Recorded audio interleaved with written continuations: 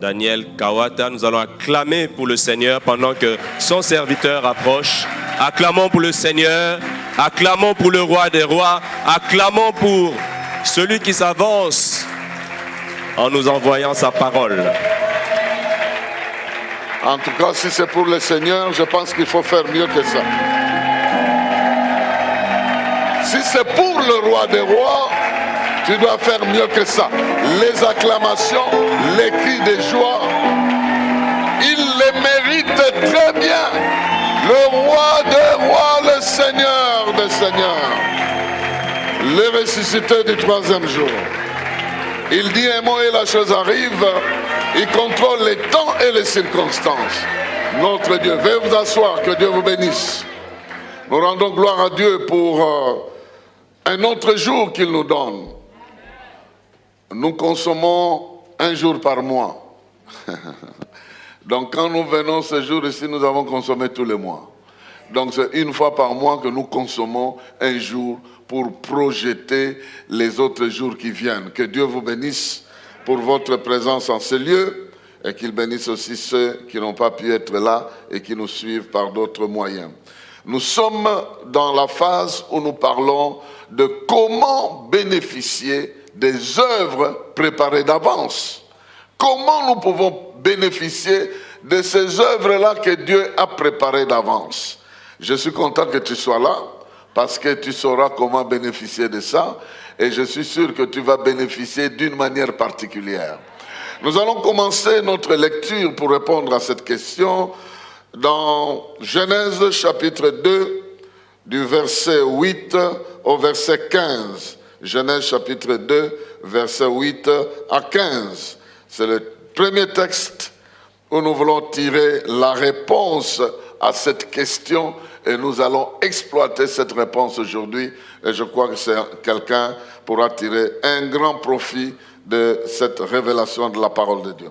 Il est écrit, l'Éternel Dieu planta un jardin vers l'Orient, l'Éden, le pays des délices.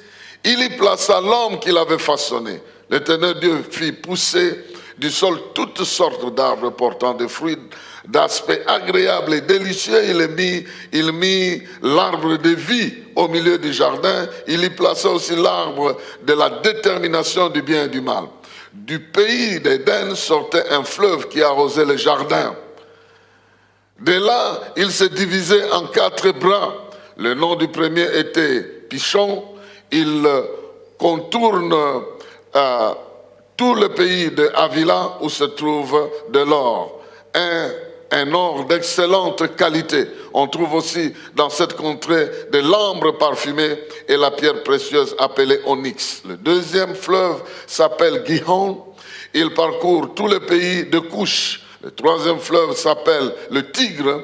C'est celui qui coule à l'orient de la Syrie. Et le quatrième fleuve, c'est l'Euphrate. L'Éternel Dieu prit l'homme et l'établit dans le jardin d'Éden pour le cultiver et le garder. Toi, tu dis Amen. Amen. L'homme est placé pour cultiver et garder. Toi, tu dis Amen. Amen. Voilà, donc aujourd'hui, nous voulons donner une réponse dans laquelle nous voulons entrer dans les détails. Comment bénéficier des œuvres préparées d'avance? Il faut cultiver. Il faut cultiver. Il faut cultiver. Et j'aimerais parler de comment tu peux cultiver dans ta vie. Et il y a un grand secret qui est caché derrière. Cultiver ou travailler. Travailler, je ne vais pas prendre le deuxième verbe là, garder. Garder, oui, mais aujourd'hui, je parle de cultiver ou travailler, pour le travailler. Vous savez, bon, le français est un peu pauvre de termes. Mais en anglais, il y a une différence entre ce qu'on appelle work et ce qu'on appelle job. Il y a une différence entre le job. Job, ici, nous pouvons traduire ça par un travail professionnel. Il y a une différence entre un travail professionnel et un travail tout court. Dans la pensée de Dieu, c'est deux choses tout à fait différentes. Le job, tu peux l'avoir aujourd'hui et puis tu le perds demain. Le job, tu dois le faire à partir d'une formation que tu as reçue. Mais le travail là du départ, ça n'a rien à voir avec la qualification académique. C'est quelque chose que Dieu a mis dans ton cœur, que tu dois poursuivre, qui détermine ta destinée. Le travail peut venir, le job peut venir, il peut partir. Mais il y a quelque chose que tu continueras à faire toute ta vie, qui va caractériser toute ta vie. Ici, Adam n'a aucune connaissance professionnelle, rien. Mais il doit exploiter ce qui est à sa disposition pour vivre. Et il a vécu.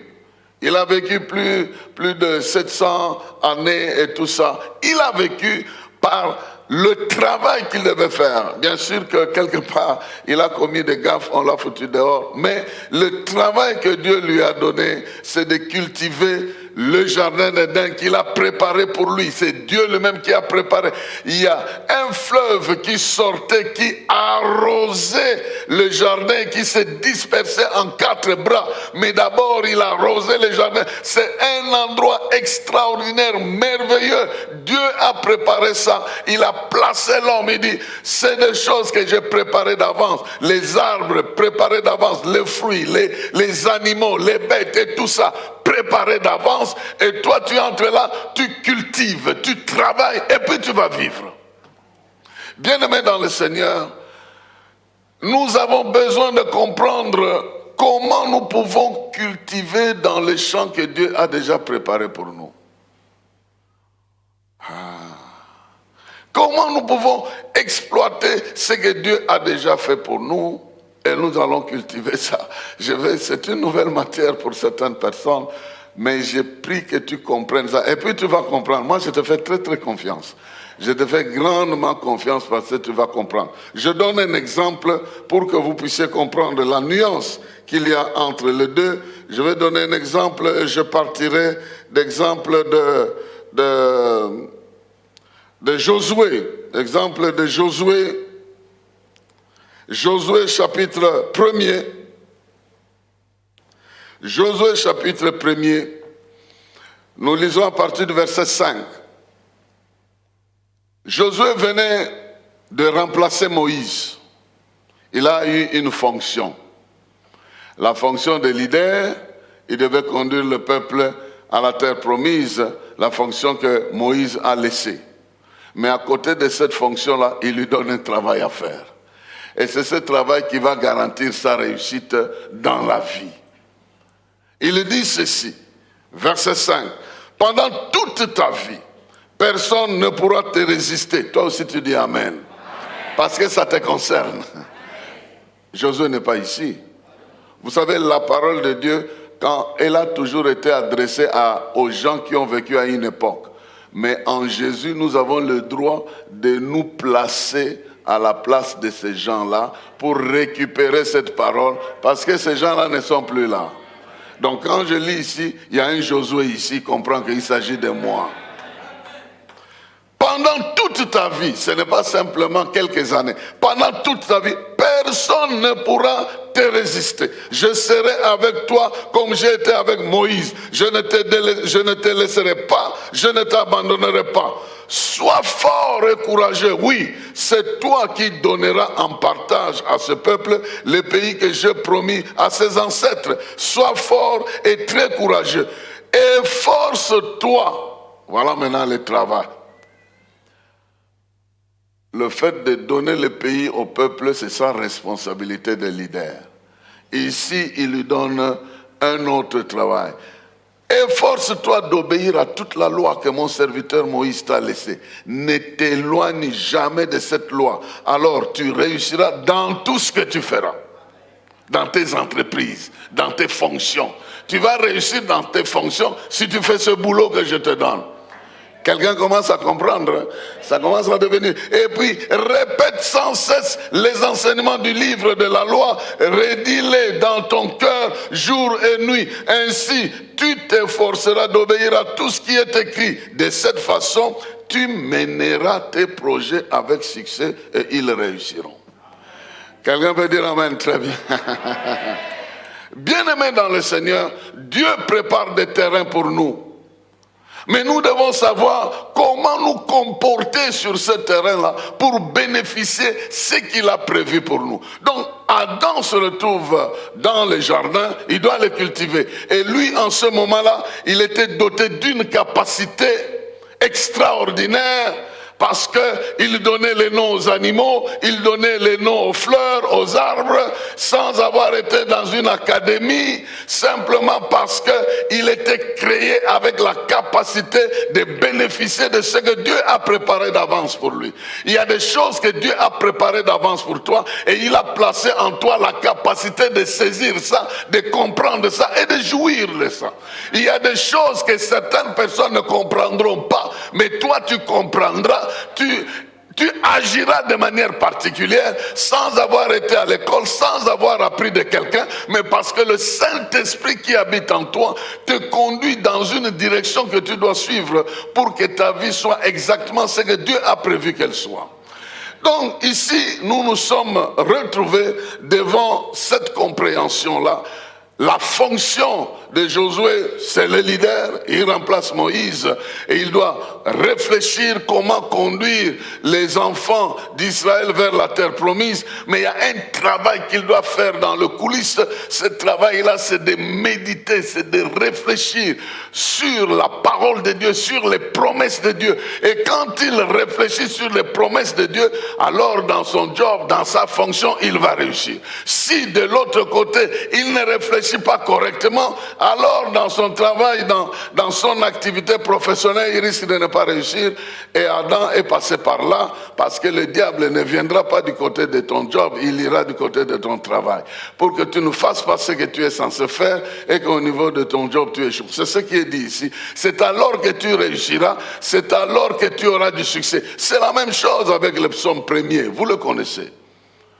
Heureux l'homme qui ne marche pas selon les conseils des méchants, qui ne s'arrête pas sur la voie de pécheurs et qui ne s'assoit pas en compagnie de moqueurs, mais qui trouve son plaisir dans la loi de l'Éternel, qui médite jour et nuit. Il a un travail à faire dans son âme et de son esprit, de méditer sérieusement jour et nuit.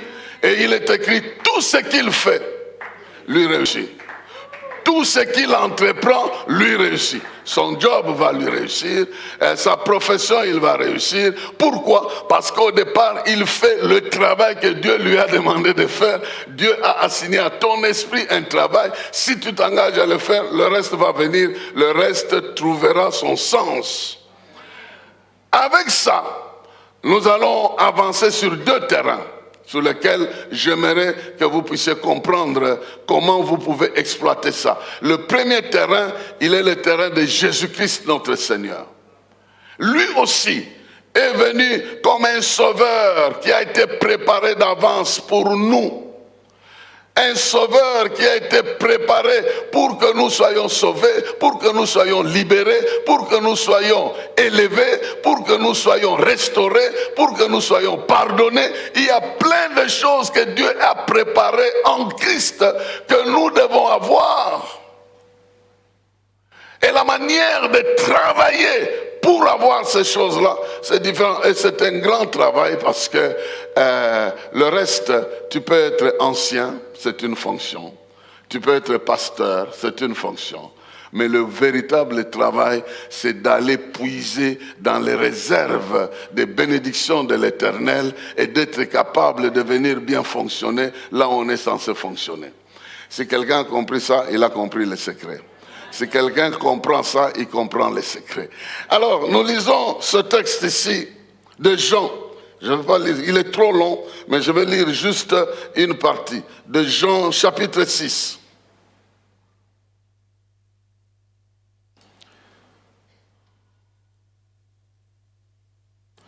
Jean chapitre 6.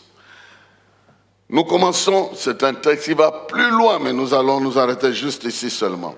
Jean chapitre 6, nous lisons à partir du verset 24. Les gens de la foule, ayant vu que ni Jésus ni les disciples n'étaient là, montèrent eux-mêmes dans ces barques et allèrent à Capernaum à la recherche de Jésus. Et l'ayant trouvé au-delà de la mer, Il lui dit, Rabbi, quand es-tu venu ici? Jésus leur dit, en vérité, je vous l'ai dit. Vous me cherchez, non pas parce que vous avez vu des miracles, mais parce que vous avez mangé des pains et que vous êtes rassasiés. Travaillez, non pour la nourriture qui périt, parce que pour la nourriture qui périt, c'est des jobs.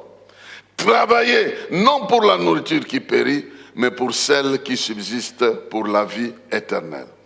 Et que le Fils de l'homme vous donnera, car c'est lui que le Père, que Dieu a marqué de son sceau. Il lui dit, que devons-nous faire pour faire les œuvres de Dieu?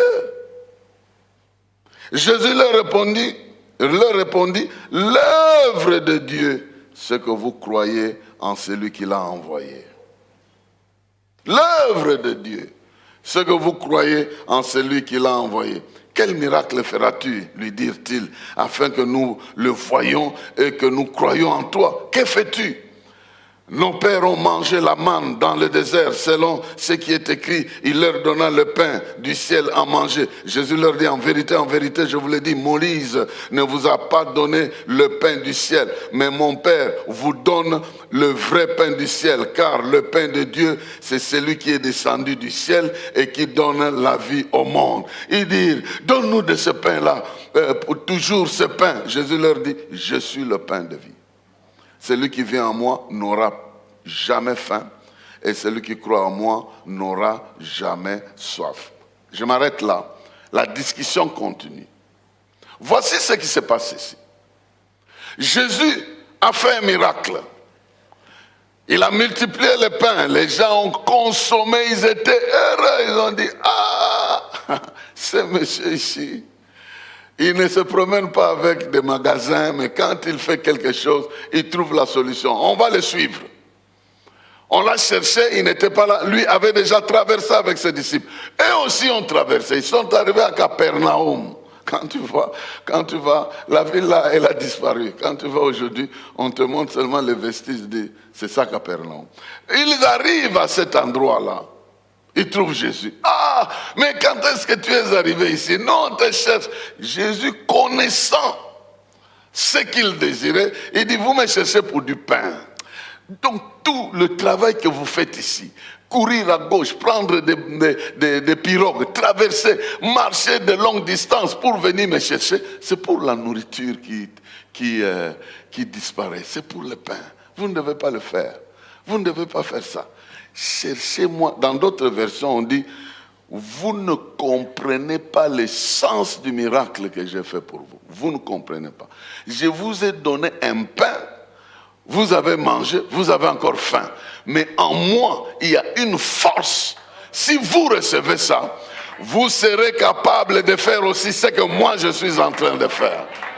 Il y a une qualité de vie que j'ai en moi. Alors travaillez, non pas pour gagner ce qui sort de moi, mais pour me gagner moi-même, afin que je sois en vous et que ce que vous admirez de loin devienne une réalité de votre vie. Ah mon Dieu, je ne sais pas si je peux parler ainsi que quelqu'un comprenne. Dit, travaillez, faites l'œuvre de Dieu, mais c'est quoi l'œuvre de Dieu? Dit, vous voulez savoir quel est le travail que Dieu vous a donné?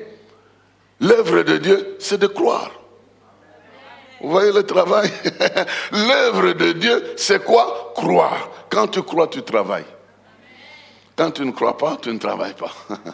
Quand tu crois, tu travailles. Quand tu crois, tu exerces ton intelligence et tout ce que tu as pour obtenir ce que Dieu a prévu pour toi. Donc celui qui ne croit pas est comme quelqu'un qui ne travaille pas. Pourquoi? Jésus a dit, si quelqu'un a soif, qu'il fasse quoi? Qu'il vienne à moi et qu'il boive. L'eau que je vais lui donner va se transformer en fleuve d'eau vive. Il a précisé, si quelqu'un croit en moi, de fleuves d'eau vive couleront de son sein. Donc ça devient un grand travail que de croire. Le diable nous a déviés pour croire en n'importe quoi, sauf en ce qu'on devait croire. On croit que la vie est limitée par les pains que nous voyons. On croit qu'on a l'espérance de vie attachée à la qualité du foufou qu'on mange. On croit que c'est difficile de nouer les 2 bouts du mois. On croit qu'on va bientôt mourir parce que le ciel montre qu'il n'y a pas de bons signes. On croit que. Alors à côté de ça, il y a le Créateur, il y a le Souverain. Il y a un Dieu qui dit, moi je suis le Créateur. Je suis le Elohim de toute la terre. Je suis l'alpha et l'oméga. Je suis le premier et le dernier. Si je dis un mot, la chose arrive. C'est moi qui commande les armées du ciel. La terre est entre mes mains. Il n'y a rien qui échappe à mon contrôle. Tout est entre mes mains. Moi, je serai avec toi. Je serai avec toi, pas pour t'observer comment tu es en train de décliner, de mourir, mais pour t'affermir, pour te donner ce que tu dois avoir, pour que tu sois ce que tu dois être. Alors, ne perds pas le temps. À Josué, il a dit, c'est un livre de la loi qui est entre tes mains, réfléchis. Mais à toi, tu n'as pas un livre de la loi, tu as la parole faite chair. C'est Jésus qui t'a été donné, qui vient dans ta vie, avec qui tu es en relation et en qui tu dois passer ton temps de réflexion pour savoir, je vais réussir pourquoi Jésus est là. Je vais gagner pourquoi Jésus est avec moi. Je vais foncer pourquoi Jésus est avec moi. J'ai la bonne santé pourquoi Jésus est avec moi. Je dois réfléchir, croire en ce que Dieu a fait, pour que le reste du travail que je fais puisse trouver son sens. Bien-aimés dans le Seigneur, ici c'est la parole de Dieu que Jésus était en train de donner. Plus tard, il va leur dire, je suis le pain, consommez-moi. En d'autres termes, si vous croyez en moi, vous êtes exactement comme quelqu'un qui consomme un pain. De la même manière que quelqu'un consomme un pain, le pain agit dans sa vie, apporte la santé et tout ce que le pain consomme. De la même manière, si tu crois en moi, mon autorité prend place en toi. Ma victoire prend place en toi. Mon rang prend place en toi. Ma personnalité prend place en toi. Tu ne vas pas vivre seul. De la même manière que la nourriture te donne la force, spirituellement, tu n'auras pas la force qui vient de tes pensées, mais la force qui vient de ma présence dans ta vie. Donc, Adam devait travailler, cultiver. Et en travaillant, il devait explorer, il devait découvrir, il devait expérimenter, il devait commencer maintenant à lier sa vie par rapport à ce qu'il expérimentait de temps en temps. Il sait que telle nourriture lui donne ceci, telle autre lui donne cela, et toute sa vie dépend de ce qu'il a découvert et de ce qu'il possède. Et nous aussi, Jésus dit qu'il faut croire en lui. Si vous croyez en moi, vous êtes comme celui qui a mangé le pain, parce que je suis le pain de vie qui descend du ciel. Celui qui mange de ce pain-là n'aura plus jamais faim. Qu'est-ce que ça veut dire? Ça veut dire que la force que ce pain va te donner va t'accorder la possibilité de résister contre tous les autres problèmes qui se posent dans la vie. De la même manière que quelqu'un qui est en bonne santé résiste aux maladies, le pouvoir que Dieu va te donner, ça va te sauver, ça va te garder contre les démons, contre les sorciers. Ce pouvoir-là te suffira. Tu n'iras plus chercher quelqu'un d'autre quelque part pour venir ajouter quoi. Non, ce que Jésus te donne te suffira pour assumer ta responsabilité dans la vie. Et il a même dit que je suis le pain de vie. Plus loin, il a même perdu des disciples à cause de ça. Il dit, si vous ne mangez pas de ma chair et vous ne buvez pas de mon sang, vous n'avez pas la vie. Et je ne fais pas partie de vous. De la même manière qu'on trouve dans le corps de quelqu'un les substances de ce qu'il a bu ou de ce qu'il a mangé, n'est-ce pas? Oh non, il y a du poison. Qu'est-ce qui s'est passé? Il a mangé quelque chose qui était empoisonné et le poison se trouve maintenant présent dans son corps en train de faire un mauvais travail. Si cela est vrai biologiquement, physiquement, cela est vrai spirituellement. Dès que tu crois que Jésus guérit, sa force de guérison fonctionne en toi.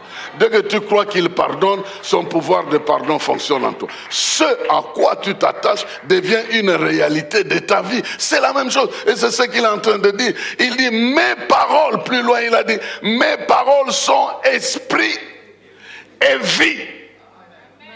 Celui qui les reçoit la réalité au niveau de son esprit et ça le fait vivre. C'est ce que ça veut dire. Donc, si Jésus te dit je t'aime, cette parole veut dire qu'il est engagé à te sauver, à te délivrer, à te protéger, à te soutenir. Et cette parole entre dans ton esprit, ça ne va jamais disparaître. Quelqu'un te plaque dans sa vie, il ne t'aime plus. Ce plaquage-là ne veut rien dire parce que tu as un amour authentique qui te soutient déjà. Aujourd'hui, quelqu'un peut venir faire son job dans ta vie en t'aimant un peu, en disparaissant. Mais il y en a un qui fait le vrai travail, qui t'aime pour l'éternité, qui ne t'abandonnera jamais, qui ne te délaissera jamais.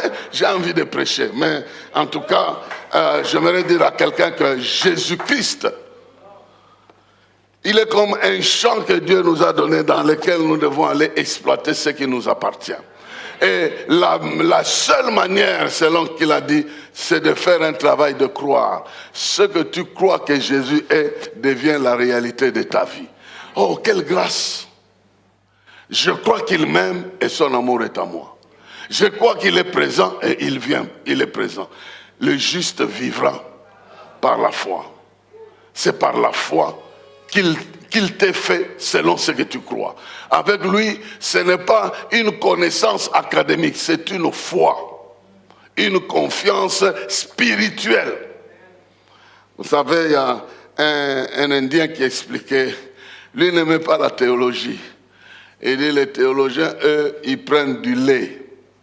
Ils sont comme les gens qui prennent du lait, ils l'amènent dans le laboratoire pour vérifier ce lait, il est animal, il est végétal, il a quel type de vitamines et tout ça. Ils passent du temps à observer les qualités de lait dans les laboratoires. Moi, je viens, je bois. Le lait, là, je fais quoi? Je le bois. Donc, ce qu'ils étudient dans les laboratoires, ça se trouve dans mon corps. Au lieu d'aller avoir une connaissance spirituelle, de dire que ce lait a telle vitamine, moi, je possède ça déjà dans mon corps, sans même aller vérifier tout. Si Jésus dit qu'il est vivant, il est vivant. Je crois qu'il est vivant. Je ne vais pas aller jusque dans les rues de Jérusalem pour aller vérifier ça. Mais ce que la Bible dit, je crois. Il y a un enfant hier qui m'a posé une question un peu très capitale. Il est venu me voir et dit, moi j'aime beaucoup lire. Mais moi pour qu'un livre m'attire, il faut que je me mette à la place de l'auteur. Quand je le lis, ça m'attire tout ça. Mais alors toi, la Bible, en quoi ça t'attire? Je ne sais pas me mettre à la place de l'auteur. Je dis non, la Bible c'est un message que mon père m'envoie. Mon père me raconte comment il a travaillé, comment il vit avec les hommes. Alors, je lis l'histoire que mon père a vécue avec l'humanité. À telle époque, il a vécu, il a fait ceci. C'est mon père qui m'écrit. Mon père qui est dans le ciel m'écrit et je lis et je vois tout ce qu'il est capable de faire. Je tire son amour dans ces écrits-là. Il me raconte même comment les aventuriers ont joué avec lui dans le monde, comment il les a punis. Il me raconte tout ça. Je n'ai pas envie de me mettre à la place de celui qui écrit, mais je suis à la place de celui qui reçoit le message qu'un Dieu sérieux, tout-puissant, a pris soin de conserver des écrits depuis des siècles et des siècles, au lieu que ça disparaisse. Plusieurs personnes ont écrit dans l'espace de 1400 ans. Et ces paroles sont conservées. Ils ne se sont jamais concertés. Mais quand on réunit tout, on voit qu'il y a un même auteur qui a inspiré à l'un et à l'autre et ces choses-là. Voilà pourquoi, bien-aimé dans le Seigneur, que ce livre de la loi ne s'éloigne point de ta bouche. Donc médite ça et comprends que le Seigneur qui est présenté dans ta vie, c'est un Seigneur qui a déjà tout fait pour toi, qui a été préparé pour toi. La Bible dit qu'à ceux qu'il a connus d'avance, il les a appelés. À ceux qu'il a appelés, il les a justifiés. À ceux qu'il a justifiés, il les a glorifiés. Il les a rendus semblables à son propre Fils. Tu es en train d'aller dans la ressemblance de Jésus-Christ. Au fur et à mesure que tu avances, tu ressembles de plus en plus à Jésus-Christ. Comme un enfant qui grandit de plus en plus. Tantôt il ressemble à sa mère, tantôt il ressemble à son père, mais il ressemble au moins à l'un ou l'autre. Mais toi, tu ressembles de plus en plus à Jésus-Christ. Lorsque tu crois en lui, tu puises en lui ce qu'il faut. Il a dit à la femme samaritaine, tu puises dans ce puits-là, permettez le pléonasme, cette eau va te donner encore soif. Mais tu puises en moi, tu puises, ce sont des fleuves qui sortiront de toi. Continuons à croire, malgré tout et contre tout, que ce que Jésus a dit, il est. S'il a dit qu'il est le sauveur, il est le sauveur. S'il a dit qu'il est le Seigneur, il est le Seigneur. C'est ce qu'il a dit lui. Nous devons nous connecter à sa personne pour travailler notre foi afin de bénéficier. Il est comme un magasin vide, ou plutôt ouvert, où chacun peut entrer pour prendre tout ce qu'il faut. Il a dit à ce monsieur-là, qui lui disait, si c'est possible, viens au secours. Il dit, non, ce n'est pas un problème. Si toi tu crois, tu peux recevoir. Moi, je détiens toutes choses. Entre en contact avec lui. Le travail que Dieu attend de toi, le boulot, c'est de croire. C'est de croire qu'il peut faire ça. C'est de croire qu'il peut tout. C'est de croire qu'il peut te sauver. C'est de croire qu'il peut intervenir dans ta vie. Et ce travail-là que tu fais au niveau de ton âme, n'importe quoi que tu fais physiquement maintenant, attrape le bénéfice ou est affecté avec ce niveau d'engagement que tu as spirituellement. Parce qu'en l'homme, c'est d'abord l'esprit.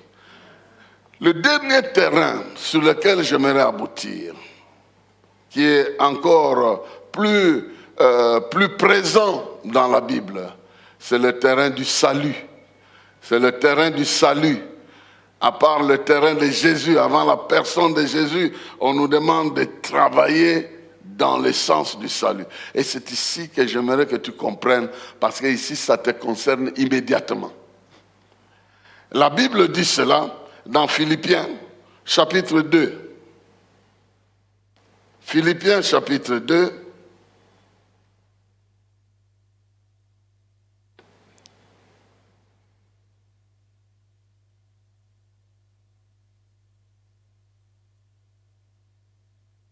Philippiens chapitre 2, le verset 12 et 13.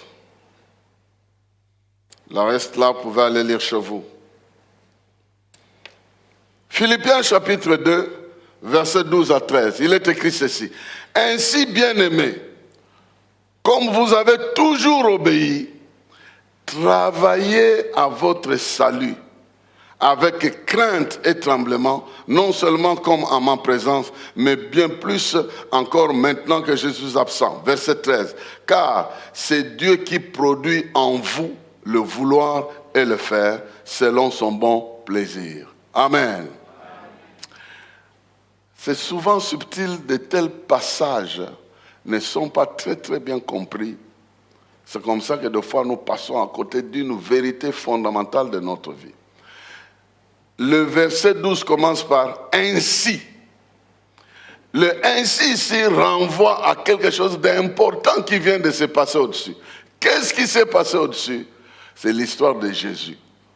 Il est écrit « ayez en vous les sentiments qui étaient en Jésus-Christ ». Lui qui était fils de Dieu, il n'a pas regardé d'être égal à Dieu, il est devenu comme un simple homme. Il a vécu comme un simple homme, il a marché comme un serviteur. En tant que serviteur, il a marché dans l'obéissance. Et en tant qu'obéissant, il est allé jusqu'à la mort, et la mort à la croix. Et Dieu l'a souverainement élevé. Et il l'a placé au-dessus de toute puissance, de tout nom, afin qu'au nom de Jésus, tout genou fléchisse et toute langue confesse que quoi? Jésus est le Seigneur, à la gloire de Dieu le Père. Ainsi, vous aussi travaillez. De la même manière qu'il a obéi, qu'il a suivi le chemin d'obéissance, vous aussi travaillez pour votre... Vous êtes déjà sauvés. Parce que vous êtes déjà sauvés, donc le pouvoir du mal ne va pas travailler en vous. Vous êtes déjà dans les camps des gens qui doivent réussir. C'est ce que ça veut dire. Vous êtes déjà sauvés, comme Jésus a marché pas à pas. Il a obtenu la victoire au-dessus de tout. Et nous dépendons de celui qui est au-dessus de tout nom, au-dessus de toute puissance. Comme nous sommes sauvés par lui, comme nous lui appartenons, alors nous aussi à notre tour, nous allons marcher de victoire en victoire, de gloire en gloire, de puissance en puissance, en faisant le travail que Dieu nous demande de faire, parce que nous sommes sauvés. Je ne travaille pas dans ma vie par rapport à mon passé pécheur, mais par rapport à mon présent où je suis sauvé. Ça veut dire quoi? Ça veut dire que je dois croire que je suis béni. Ça veut dire que je dois croire que je suis sur le chemin de la bénédiction. Ça veut dire que je dois croire que ce que je dis, Dieu va accomplir ça pour moi.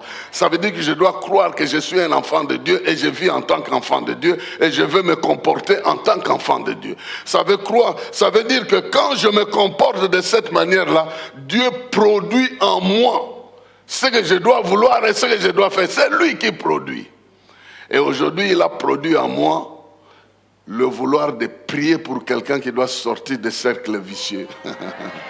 Qui doit sortir des cercles vicieux. Parce que ça aussi, c'est le travail. Comme j'ai obtenu le salut, j'ai obtenu la grâce d'avoir le don.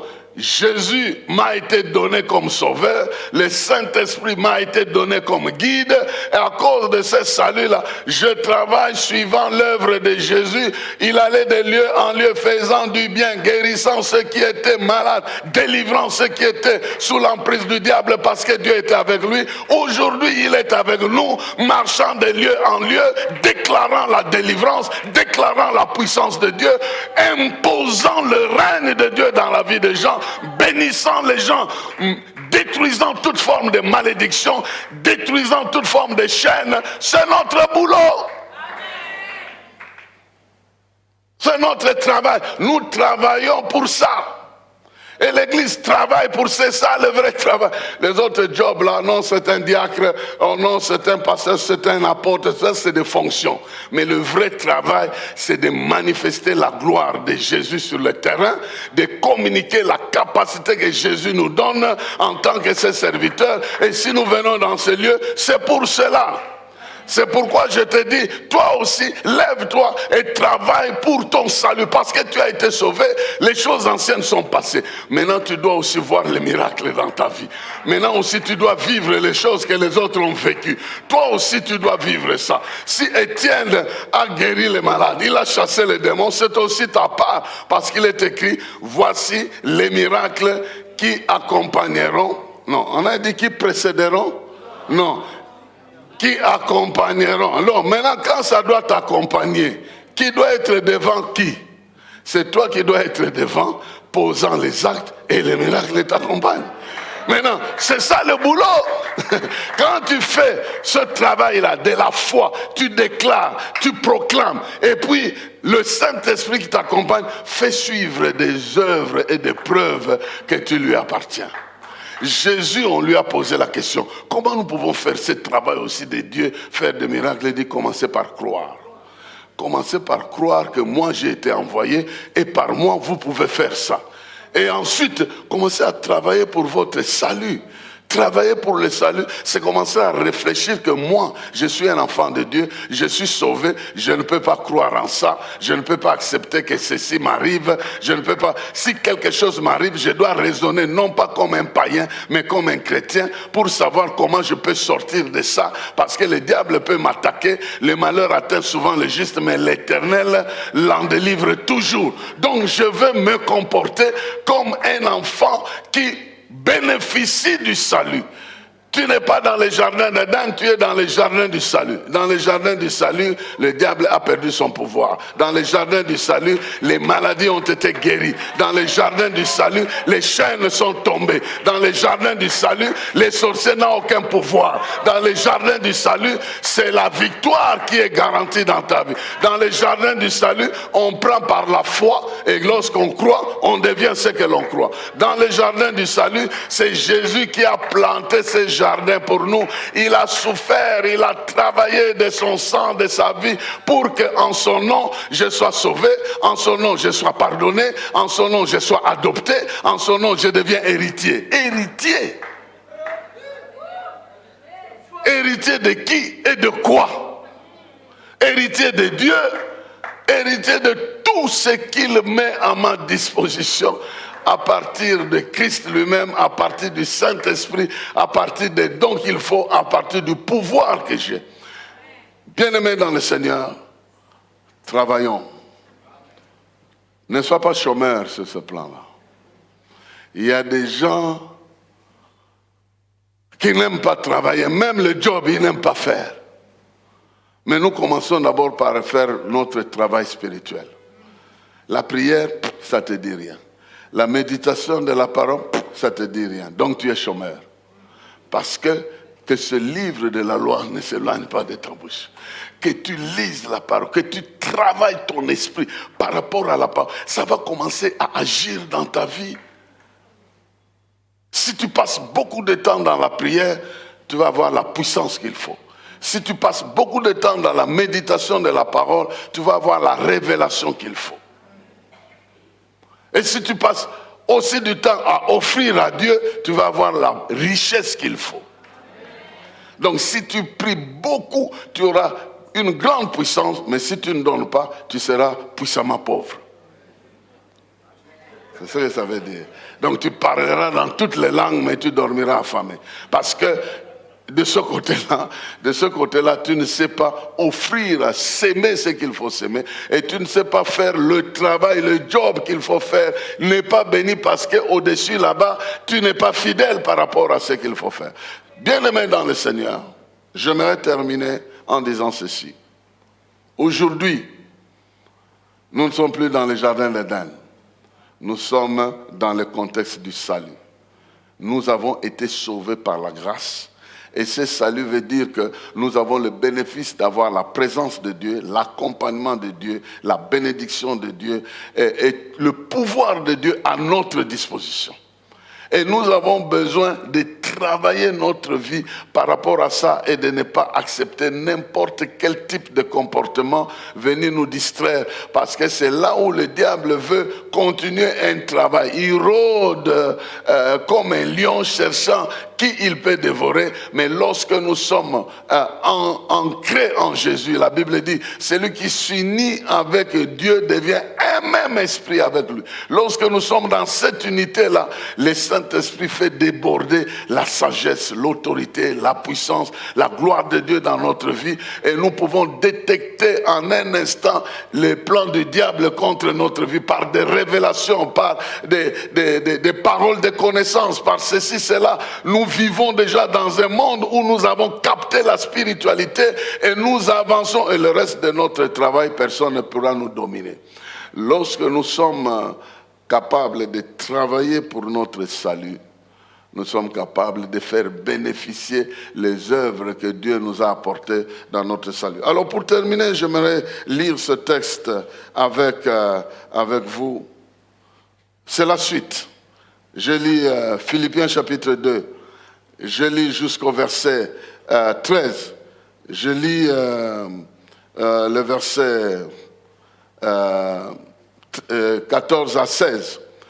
Faites toutes choses sans murmure ni hésitation, afin que vous soyez irréprochables et purs, des enfants de Dieu irrépréhensibles au milieu d'une génération perverse et corrompue par laquelle vous brillez comme des flambeaux dans le monde, portant la parole de vie. Et je pourrais me glorifier au jour du Seigneur de n'avoir pas couru en vain ni travaillé en vain. Paul est en train déjà d'anticiper que, en voyant comment vous marchez, donc mon travail n'était pas vain. Mon travail, c'était de vous apporter la parole. C'était de vous conduire sur le chemin de Dieu. C'était de vous montrer que vous aussi, les païens, vous avez la part aux promesses. Et comme vous avez accepté ça, bien Dieu va continuer à vous bénir. Il va continuer à faire vivre sa parole en vous. Il dit, portant la parole de vie en vous-même. La parole qui a apporté la vie au monde, celle qui sortait de la bouche de Dieu. Que la lumière soit, paf, la lumière. Que la terre produise. Cette parole est en toi. Elle est en toi. Et 2 Corinthiens, je crois, chapitre 4 dit, nous portons ce trésor-là dans les vases de terre, pour que la gloire ne soit pas attribuée à un homme, mais à Dieu lui-même. Mais donc dans ce corps physique-là, nous avons la parole de vie. Lorsque nous réfléchissons selon elle, lorsque nous agissons selon elle, nous avons des miracles qui doivent suivre. Exactement comme Josué, lui il avait les livres de Moïse. Si Josué pouvait réussir en lisant Moïse, toi, comment tu ne peux pas réussir en marchant par le Saint-Esprit lui-même qui habite en toi et qui te conduit? Nous allons nous tenir debout pendant quelques minutes. Pendant quelques minutes. Je sens que je dois prier pour quelqu'un ici. Pendant quelques minutes, il faudrait que ton entourage comprenne que tu es dans le champ du salut. Tu n'es pas dans le champ de la débrouillardise. La malédiction n'a pas la place dans ta vie. Les paroles du diable n'ont pas la place dans ta vie. C'est la parole de vie qui a la place dans ta vie. Les malédictions incessantes qui viennent du monde vont se buter à la puissance qui est en toi. Ça ne va jamais fonctionner. Mais Dieu veut qu'aujourd'hui, tu puisses t'engager à travailler par la foi, à croire aux choses qui doivent devenir les réalités de ta vie. Je crois que toi aussi, tu vas réussir. Je crois que toi aussi, tu vas atteindre les niveaux que tu envies chez les autres. Je crois que toi aussi, tu peux dépasser même ce que tu vois chez les autres. Parce que ce qui est physique n'est rien. Il faut commencer par ce qui est spirituel pour voir que ce qui est physique va arriver. Tes mains sont levées. Père Tout-Puissant, je te remercie de m'avoir donné l'occasion de parler de ta part à ton peuple sélectionné qui est venu aujourd'hui pour écouter des choses qui doivent révolutionner leur vie et commencer à s'engager à travailler. Et tout travail apporte un salaire. Lorsqu'ils travaillent, ils vont retrouver le salaire de leur travail sous forme de la puissance que tu vas mettre en eux, sous forme de vouloir, sous forme de faire. C'est toi qui nous donnes le vouloir et le faire. Leur volonté de croire va augmenter. Leur capacité de poser les actes, de faire va augmenter parce que c'est toi qui fais augmenter ça lorsque nous nous confions en toi. En ton nom, je bénis ton peuple, je proclame qu'à partir de maintenant, le salut va se démontrer davantage. À partir de maintenant, ta vie qui ressemblait à une malédiction va refléter la bénédiction de l'Éternel. À partir de maintenant, les choses qui te bloquaient ne vont plus te bloquer parce que tu prends conscience que tu es dans le secteur du salut. Tu es dans le jardin du salut. Dans le jardin du salut, il y a le pardon et personne ne peut venir te condamner pour des choses du passé.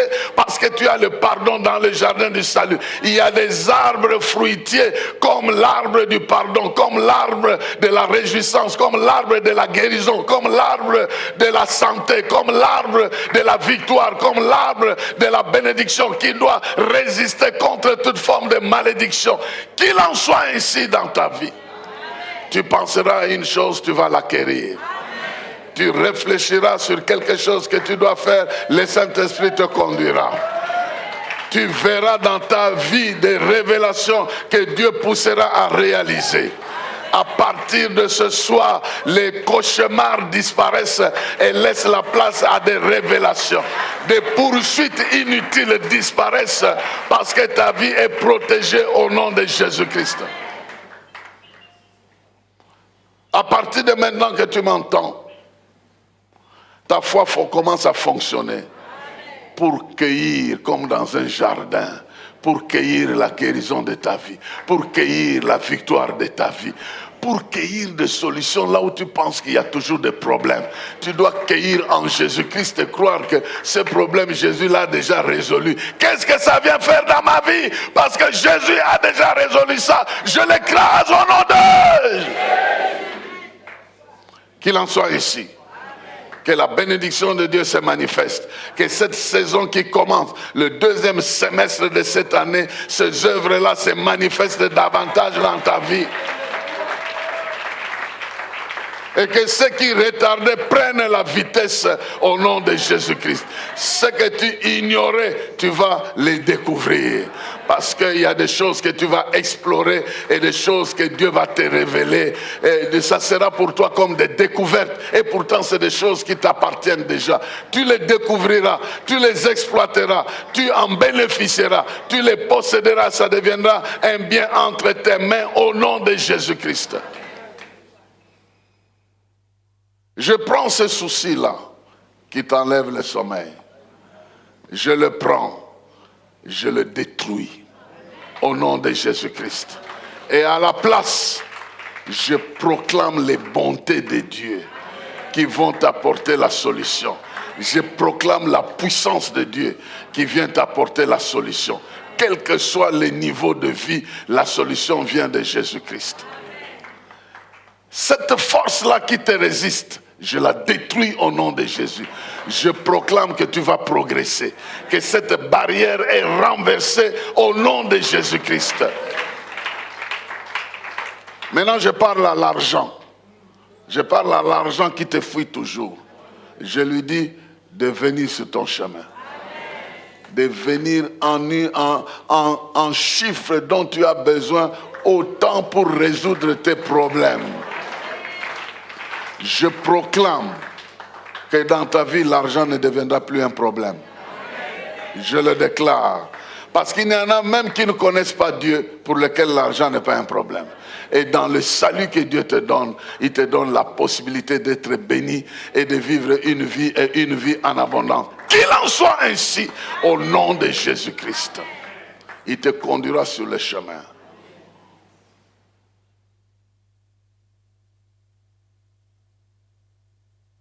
Ne sois pas distrait, il y a quelque chose qui se passe ici.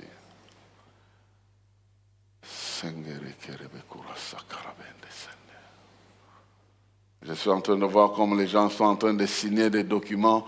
Je pense que Dieu, tu entres en alliance avec ce Dieu-là.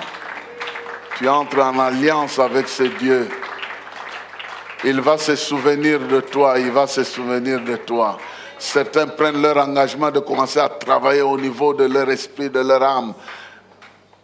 De ne jamais laisser des puissances des ténèbres vous exploiter spirituellement et vous vous réveillez le matin épuisé. Non, jamais. Votre esprit est engagé à travailler dans le royaume de Dieu, à saisir les choses que Dieu a préparées pour vous. Vous êtes bénis au nom de Jésus-Christ. Amen.